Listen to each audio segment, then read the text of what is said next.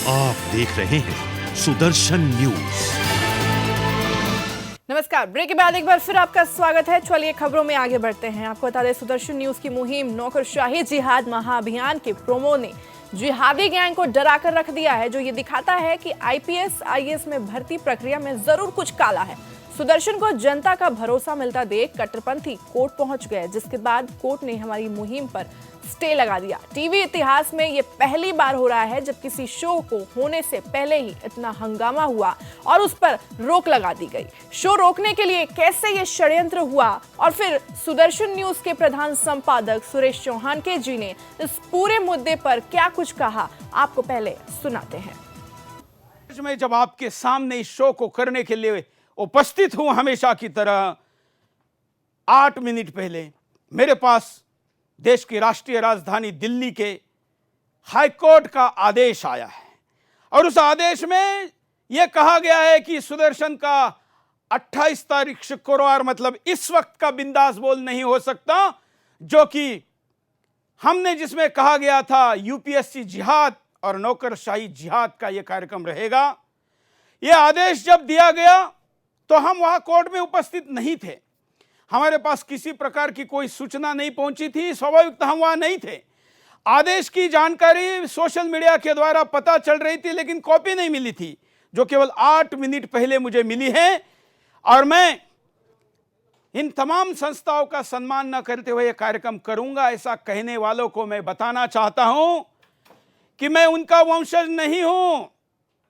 जो इस देश के सर्वोच्च न्यायालय ने प्रभु रामचंद्र जी के मंदिर पर दिए हुए आदेश की उसके बाद भी अवहेलना करते हैं, उस पर भरोसा नहीं करते, विश्वास नहीं करते, जजों पर सवाल उठाते हैं। मैं उस विदेशी आक्रांताओं का वंशज नहीं हूं, न मैं उनको बाप दादा मानता हूं। मैं तो छत्रपति शिवाजी महाराज और इस माटी का व्यक्ति हूं, प्रभु रामचंद्र जी का वंशज हूं, और इसलिए मेरे में धैर्य है, मेरे में धैर्य है। मैं घोषणा करता हूं कि आज मैं भले ही यहां पर हाईकोर्ट के आदेश के सम्मान में इस शो को कुछ दिन के लिए पोस्टपोन कर रहा हूं, मैं कोर्ट से आदेश लेकर इसको पुनः करूंगा, लेकिन बकरे की अम्मा कब तक खैर मनाएगी, कब तक मनाएगी? जिन्होंने चोरी की है, डकैती डाली है, जिन्होंने इस देश के सिस्टम में घुसकर इस देश के दलित, पीड़ित, हमारे भाइयों की अधिकारियों का हनन किया है, घुसपैठ की है, मैं उसका पूरा खुलासा क्यों के कोर्ट का सम्मान करना है, यह न करते हुए यह प्रश्न उठाना चाहता हूं आज के शो में कि 15 साल से चैनल चलाने वाले इस चैनल का कोई अपना मीडिया का, अपने अभिव्यक्ति का अधिकार है क्या? नहीं।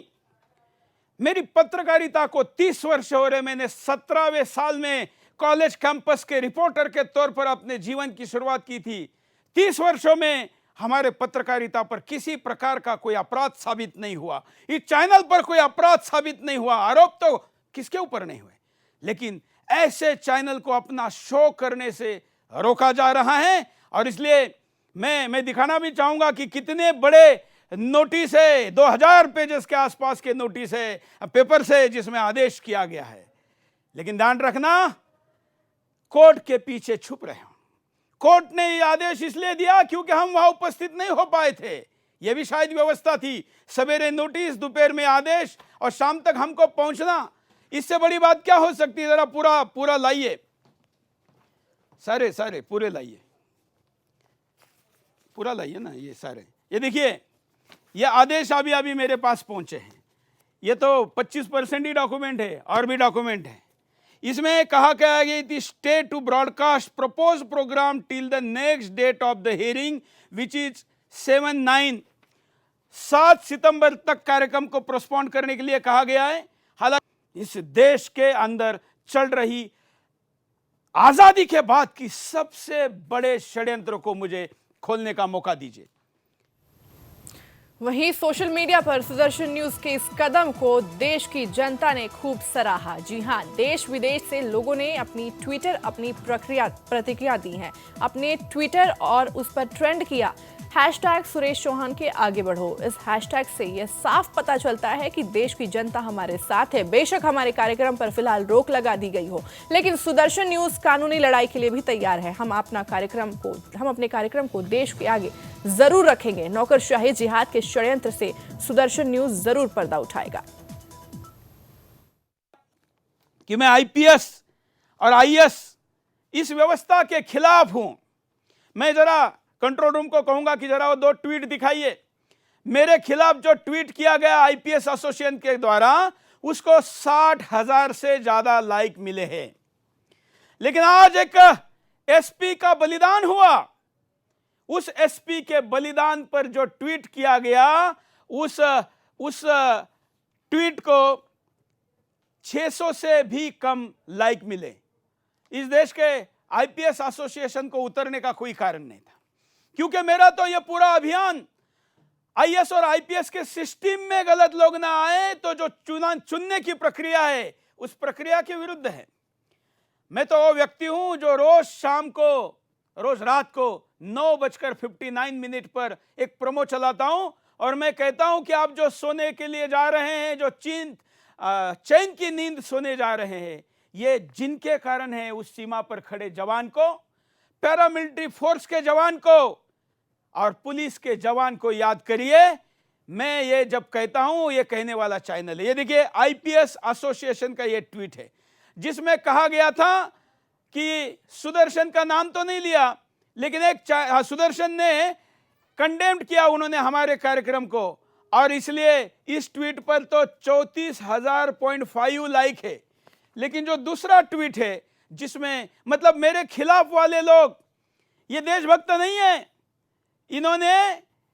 इन्होंने मेरे खिलाफ वाले ट्वीट को तो 34,000 करीब 35,000 लोगों ने लाइक किया, लेकिन जो एसपी के बलिदान का ट्वीट है उसको केवल 600 लोगों ने लाइक किया। ये इस देश के मुझे विरोध करने वाले लोगों की सच्चाई है। इंडियन पुलिस फाउंडेशन भी इसमें उतर गया। बेगानी शादी में अब्दुल्ला दीवाना, क्या रोल था इनका? कोई रोल नहीं था। मैंने तो इन पे आवाज ही नहीं लिया था, लेकिन फिर भी इन्होंने ये भी उतर गए। लेकिन मित्रों, मैं आपको यह बताना चाहता हूं कि देश के कई police officer, working IAS officers, उन्होंने कहा कि ये जो ट्वीट किया गया, लिखित में किया, उन्होंने कहा कि ये आईएएस ऑफिसर एसोसिएशन ने उस चैनल के खिलाफ जो कि हमेशा पुलिस के खिलाफ खड़ा होता है, जवान के साथ खड़ा होता है, उसके खिलाफ कैसे ट्वीट किया, किसको पूछ के किया?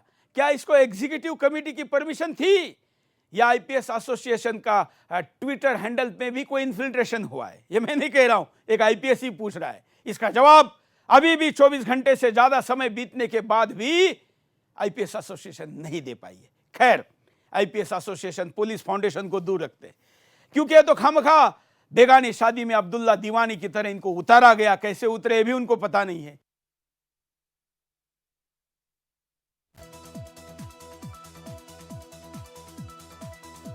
तो वहीं जब सुदर्शन न्यूज के प्रोमो के खिलाफ अफजल गैंग के षड्यंत्रकारी शो रुकवाने के लिए सुप्रीम कोर्ट पहुंचे तो वहां उनकी दाल नहीं गली और कोर्ट ने शो रोकने से मना कर दिया। लेकिन ये लोग नहीं माने और हाई कोर्ट चले गए। हाई कोर्ट जाने के बाद इन्होंने कोर्ट को गुमराह किया और सुप्रीम कोर्ट का जिक्र नहीं किया। सुदर्शन न्यूज के दर्शक और दिल्ली की राजनीति में अपनी गहरी पकड़ रखने वाले कपिल मिश्रा ने ट्वीट कर इस पर सवाल उठाए हैं।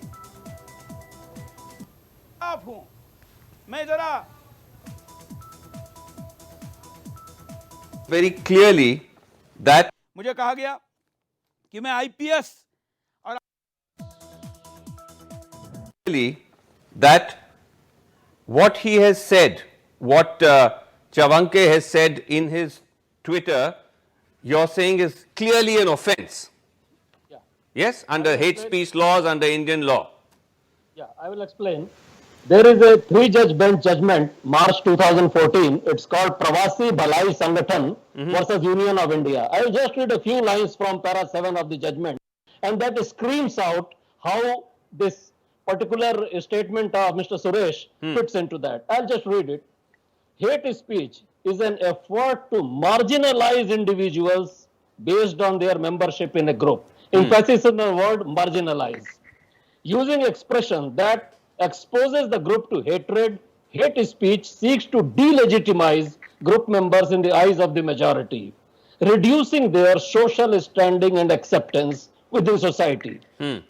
Now, you just compare this, marginalize. What Mr. Suresh has been saying is that there is a conspiracy, there is a underhand effort to recruit Muslims more and more into the civil services by unfair means. This means he is both delegitimizing their selection. रुकेंगे यहाँ पे एक छोटे से break लिए। Break के उस पार खबरों का सिलसिला लगातार जारी है। आप देखते रहिए सुदर्शन न्यूज।